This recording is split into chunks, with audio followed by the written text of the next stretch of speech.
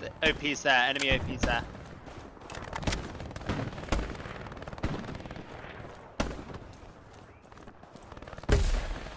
The enemy OP's on that. Got it.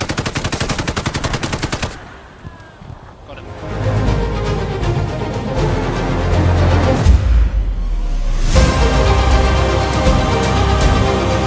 Welcome back, ladies and gents, to another video.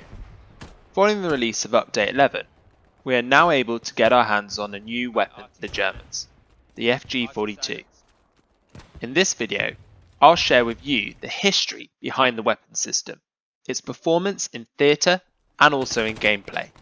In conclusion, I'll share my thoughts on this weapon system and offer my top tips on how to best utilise this weapon to be a key member of a winning team. If you like what you see, feel free to give this video a thumbs up, leave a comment and consider subscribing. So, without further ado, sit back, relax and enjoy. The FG42 was a battle rifle manufactured in Germany between 1942 and 1945, capable of firing selective fire or fully automatic. Roughly 7,000 were built and were intended for use solely for airborne forces. First seeing action during the daring Gran Sasso raid to rescue the Italian dictator Benito Mussolini in September 1943, this weapon was later supplied to the North Vietnamese by the USSR for use during the Vietnam War. This weapon fired a 7.92 Mauser round.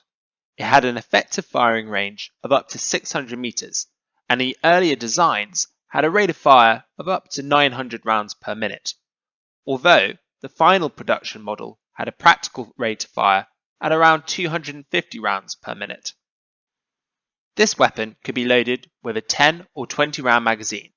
It came standard with iron sights, but a ZFG42 or ZF4 telescopic sight could also be mounted for limited sniping role. In Hell Let Loose, you can unlock this weapon at level 6 automatic rifleman or level 3 sniper. For the automatic rifleman, you have 5x 20 round magazines, capable of firing fully automatic. But be warned, the rapid rate of fire and low number of magazines mean you run the risk of running out of ammunition quickly. Fire single shots for engagements beyond 50 meters, keep to short bursts at close quarters, and change magazines when you have a spare moment.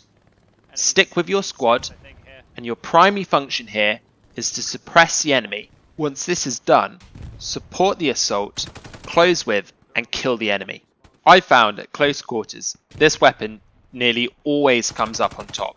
It has excellent suppression and accuracy at close quarters. Expect to hit targets with short bursts up to about 50 meters and land hits up to 120 meters with single shot. Be aware, despite it firing the same round as the Mauser, you may need to pump 2 shots into an enemy's center of mass beyond 75 meters. For the sniper, you have 12x 10 round magazines.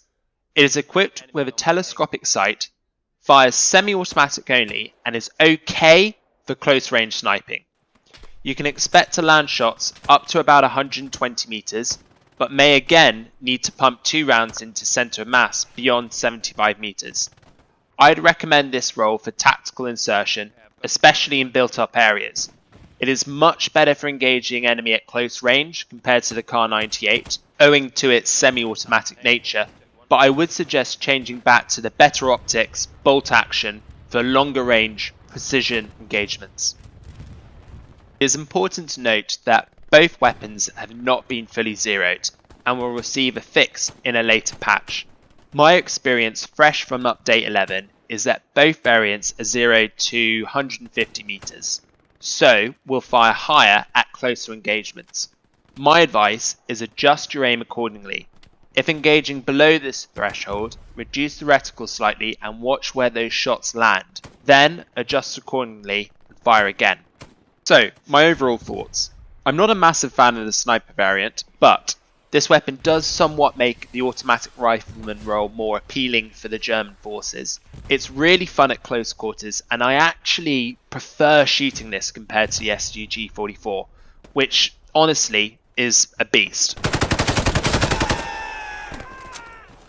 Once you know how to compensate for the bullet drop, this is actually far better than the FG42 at close to mid-range engagements, and there is less kick when burst firing, but with a small magazine you'll find it harder to stay in the fight, so make sure those rounds count. I think this rifle hits the sweet spot between assault and fire support in my opinion. When I'm playing squad leader, I would probably switch the assault rifleman between the two, performing well as a cutoff when fighting through woodblocks and urban areas.